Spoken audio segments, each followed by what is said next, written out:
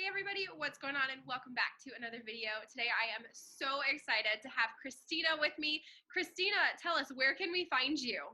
Awesome. I'm on Bunch of Styles on Instagram. My YouTube is Bunch of Styles, and I have a Christian reselling group. It's called Bunch of Styles Christian Reselling Group.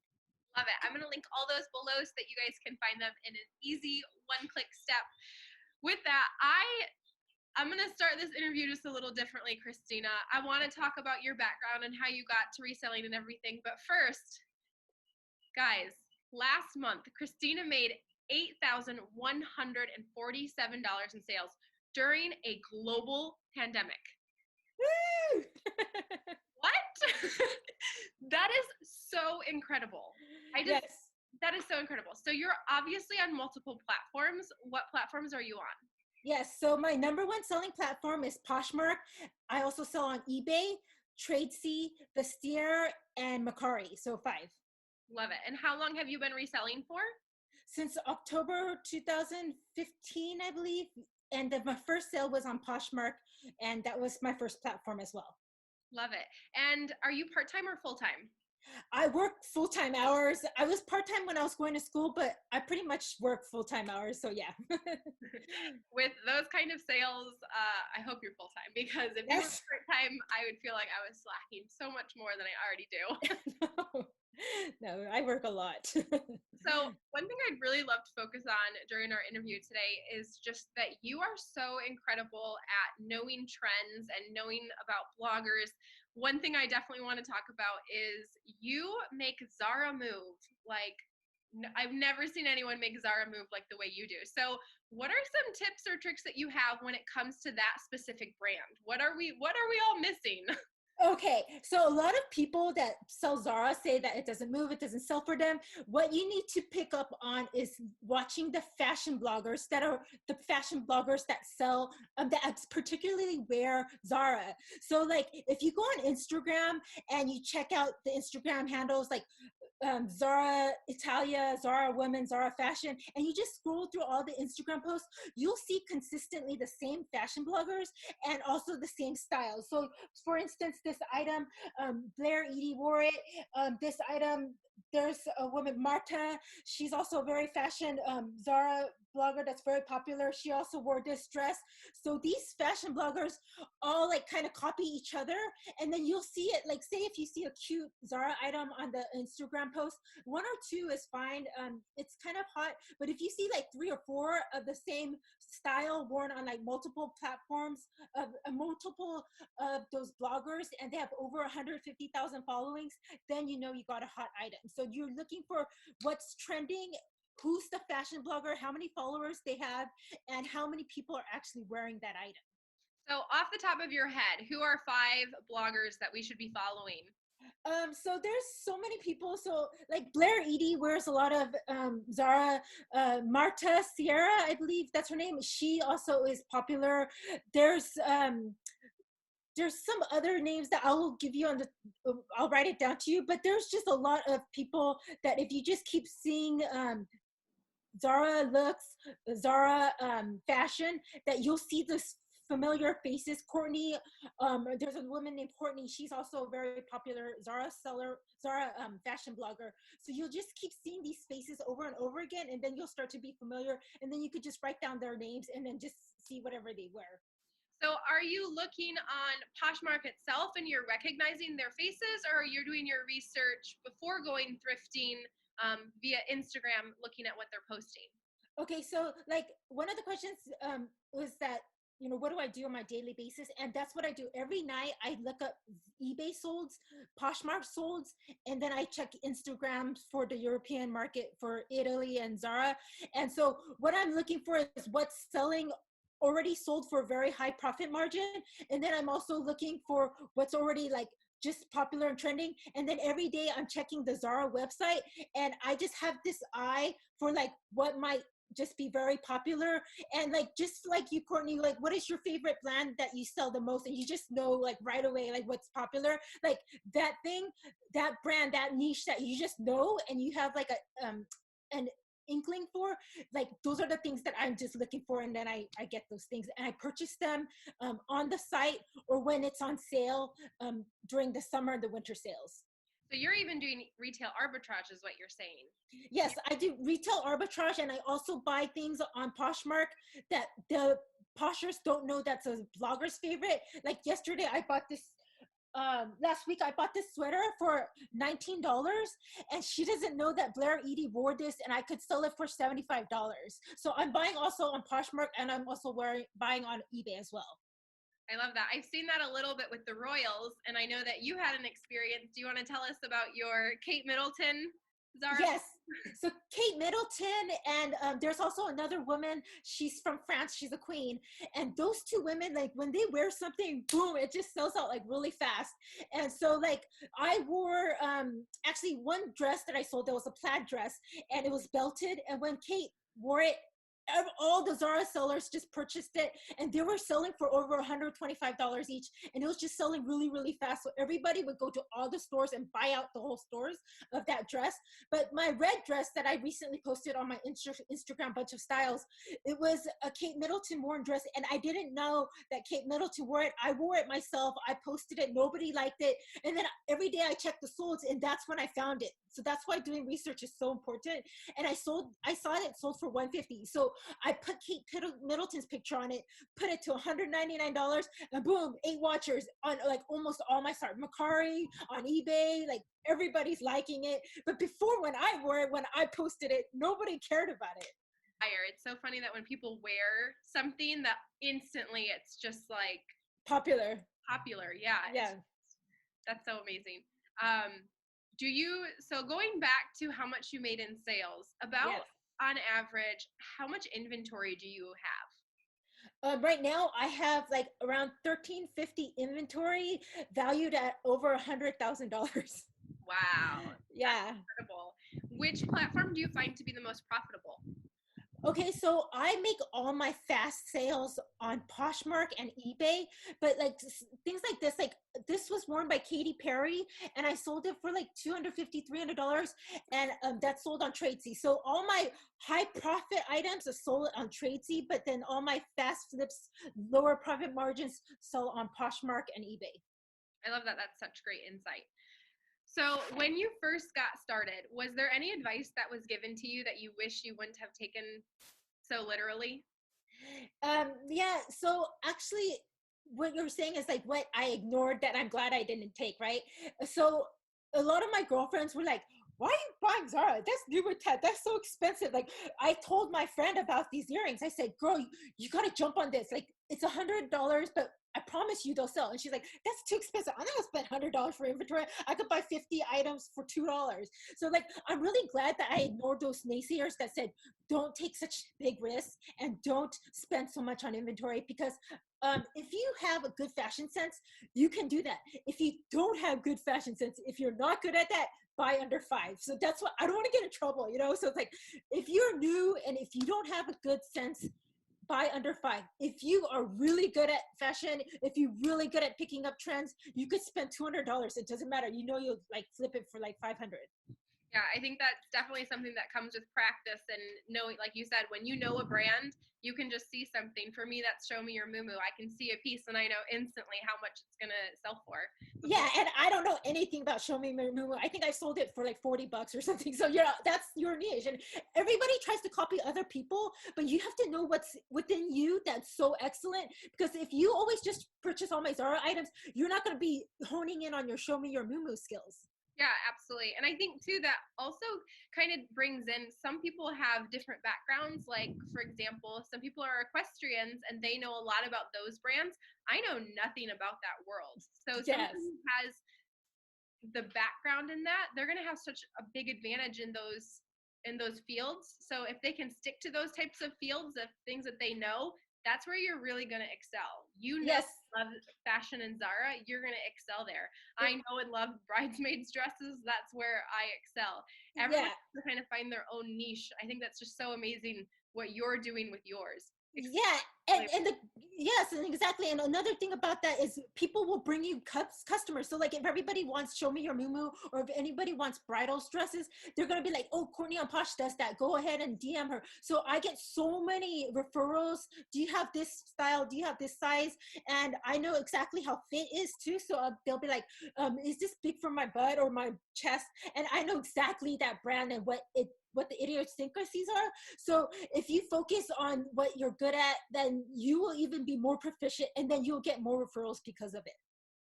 So one question that I heard someone ask one time with Zara, I know that Zara has a lot of different labels. Does the label matter, or does it just matter if it's trending? No, it matters. So like Truffaluk is like the lower end of Zara, and then there's also a Zara special edition. So this means that only certain amount is made, and there's not going to be a lot more of that. So the special edition was like something like this is the special edition. This was like maybe just the regular Truffaluk brand. So like just like Michael Kors has a different higher end and a lower end, Zara also has that as well. That is really good to know. Because you have that background in going into physical like retail arbitrage, could you give us, for somebody say who has never done it before, what are maybe your just top couple tips when it comes to buying something that's more expensive? Yes, make sure that you do your research ahead of time, because sometimes you just buy something and you think it's cute, but that's not trending. That's not popular. And like, for instance, this dress, I would have never purchased this dress. I just thought it looked like a big bathrobe. And when I saw Marta, she's the blogger that wore it, I knew instantly to buy a lot of it. And so I was in San Francisco, and I went to all three stores and purchased all of them. And then all of them have been selling, as well as this item in San Diego. When I saw that the trender was wearing it, that's when I went to all three stores and buying it. Because if I have so much experience and I'm good at that, I can go to all three stores and spend like $500. If you're new at this, I would just buy one. Just buy one and post it and see how many likes you get. And if you get a lot of likes on it, then you'll realize, okay, this is going to be a hot item, and get the size that is good. So size medium and small is good. If you want to get like, if you sell a lot of plus size, then I would get the XX large and the X large and leave the small and extra small. So knowing your personal market and purchasing for them and doing your research ahead of time and knowing your budget is very important. I love that. So once you've gotten your inventory, what does your process look like from there? What is the photo important, the title, the description? What do you put into each? So basically, I purchase all my inventory and I list them first all on Poshmark, and then I use something called Vendu, and I cross post them to eBay, Mercari, Tradesy, and all of that. And then I just use the descriptions like the Zara company, just use some of the verbiage, as well as just saying things like bloggers, fashion favorite, sold out everywhere, just make it very hyped. And that's what brings a lot of attention. And then making sure that you have the measuring, because the sizing is very different, European versus American, and making sure that the sizing is there, which I'm kind of lazy at, which I need to get better at. And just making sure that it's on multiple platforms, because you spent so much money. It's not like you're going to the bins paying $2. You're literally spending $10. So you want to make sure that it's out there everywhere, and you want to get it out there fast, because a lot of other people are selling it too. That is such great advice. Thank you. What do you think is more important in a listing, the photo or the title? For my specific niche, it's the photo. For most other niches, it's the title, because they're looking keywords. Mine, I'm selling a fantasy. I'm selling like this was a nasty gal blouse worn by a very famous blogger named Millen, Nicole, something Millen, right? And basically, she's in Paris with the Paris lights, and it's black and it's romantic. I'm selling Paris, I'm selling French, like romance. Everybody wants me, so like I use her photo, and so people are like, "That's so romantic. I want to buy that." So it's like a very different type of impulsive purchase versus just like keywords and things like that, which most people search for. Have you ever ran into a problem with a blogger calling you out on using their photos? Actually, I have. One person told me, and I said, "Oh, I'm so sorry. I'll give you 50% off. I apologize." And I took it down. And then another fashion blogger, I actually asked her, I said, "Is it okay if blah, blah, blah, I use it? I think you're so beautiful." And she's like, totally fine with it. So that's okay. But to be honest, it's better to just model yourself. So I model a lot of my items, a lot of the photos, I flat lay, but like the whole 2.5 year of my first career, I was modeling everything. So it's really important to do that. Love that. I want to talk about social media for a second. In specific, I want to talk about TikTok because it's such a new thing and you are just all over it. So, what's your experience as a reseller using TikTok? Do you think it's a valuable social platform for resellers? All social platforms is free. Okay, anything free for a reseller, you have to jump on that. I get like literally 22 views on my YouTube, and I still stupid, and I tell my mom and my dad, my sister, everybody to watch it. It doesn't matter, because you don't know one day when Madonna says, you know what, I really like what Christina's doing on YouTube. Boom, you're like a famous celebrity on TikTok. A lot of those TikTokers, they did like 20 videos, and all of a sudden one video went viral, and then everything was exposed and everybody's seen everything. So Instagram, YouTube, TikTok, all of those platforms, you should do it. And TikTok, another good thing about that is you get to show your personality. You get to show like you're kind of a silly person, and a lot of people will buy from me just because they like my personality. They think, oh, she's the cute fun one out that jumped out of a trash can. I'm gonna buy from her. Like, so sometimes people like to buy from people they trust, and they just see familiarity. They see my face on TikTok, they see my face on Instagram, and they're like, oh, I know that person, I'm gonna purchase from her. So TikTok is a very young platform, and people say, well, that's just for young people, but it's not. Everybody's doing TikTok, and it's just such a big industry, and it's really free. Like, just do anything that's free and put yourself out there. Absolutely. And I think too, with the niche that you have with fashion, I think TikTok is probably really important because it is that younger audience who are Yes, probably in that age group where they're really all about fashion and what's trending. And I think that can go throughout. That's kind of ageless, but I do think it starts, that fresh college age when you just really get into it. exactly. And also, if you look at your Instagram business statistics, my age population that watches me the most is 18 to 35, New York, Houston, and California. So that's perfectly translates to the TikTok age range. So if the more marketing information and knowledge and power you have, the more you can be specifically the way that you are. So if my niche on my statistics on Instagram was 19 to 50, I would be like, hello guys. I wouldn't be like, hey, party people, because it's like, I know 18 and 35-year-olds like that. So my energy is very different from, like, say, when I sell on Tradesy. If I knew 90% of my business was from Tradesy, I would be decked out in Chanel, very elegant, very posh. I wouldn't be acting that way. So you could cater it towards your population. Yeah, I love the way that you know your market. That's so valuable. Talking about getting decked out in Chanel, if you could source one brand, what is your dream brand? Maybe you've already even sourced it. Yes, actually, my dream brand is Chanel, and I've not been profitable on it, and that's why I don't source it. You have to do what works for you, not is maybe your favorite. Like, if anybody knows me really well, they know that I like Chanel because of Audrey and her story behind it. Like, she was this poor woman that got to the top, and that's why I like it, and the quality and the craftsmanship. Because Zara, the craftsmanship is fast fashion craftsmanship, and it's not the most thing that I love, but I know that it works for me. So once you try different things to see what works for you. But yes, I do like Chanel because I like the craftsmanship, I like the quality, and I like the styles. And I actually have like a grandma style, but I sell to younger crowds, so I don't pick that. Like, this is more like a hip style, but in terms of quality and style, I like that. But you always sell what sells for you, not what you just particularly like. I love that. That's great advice. Have you noticed? So you've been reselling for a little bit now. Have you noticed any brands that used to move for you that just don't move anymore? Yes, so I first started with Free People and Anthropology. I think everybody started with Free People, right?